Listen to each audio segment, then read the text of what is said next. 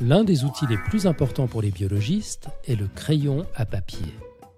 Les premiers biologistes n'avaient pas d'appareil photo. Pour retranscrire leurs observations, ils devaient donc dessiner ou peindre ce qu'ils voyaient. Certains de ces dessins sont de véritables œuvres d'art. Un dessin permet de représenter plus ou moins fidèlement quelque chose, mais n'apporte pas d'autres informations. Souvent, les biologistes réalisent donc aussi des schémas, des dessins simplifiés qui mettent l'accent sur certains éléments et contiennent des informations écrites. Aujourd'hui, on utilise encore les illustrations et les schémas, même si les outils ont un peu évolué. Dessiner un schéma permet de se concentrer sur la structure d'un élément, de mémoriser son organisation et de mieux comprendre son fonctionnement. Les illustrations sont en outre très utiles pour montrer des choses que nous ne pouvons pas photographier ou filmer, comme les dinosaures par exemple. Le microscope est aussi l'un des outils préférés des biologistes. Le plus simple est le microscope optique.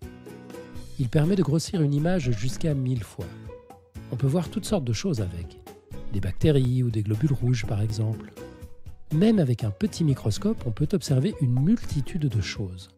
Un cheveu, une goutte d'eau de mer, une feuille ou encore une goutte de sang. Pour voir de très petits objets en détail, les chercheurs utilisent d'autres types de microscopes comme le microscope électronique à balayage. Il permet de grossir les objets 1 million de fois et de les visualiser en 3D. Malheureusement, les images produites sont en noir et blanc. Il faut ensuite les coloriser sur ordinateur. Voici par exemple les mêmes globules rouges observés au microscope électronique à balayage.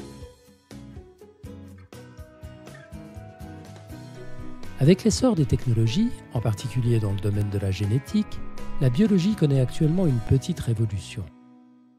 Ces technologies apportent une quantité énorme d'informations sur une multitude de sujets.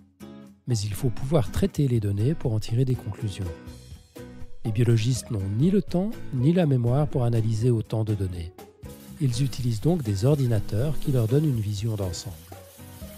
Les chercheurs peuvent alors étudier les résultats plus facilement et comprendre par exemple les liens entre certains gènes et certaines maladies. Bien sûr, les biologistes ne se limitent pas à ces outils pour étudier le vivant. Pour en savoir plus, vous pouvez consulter les liens suivants.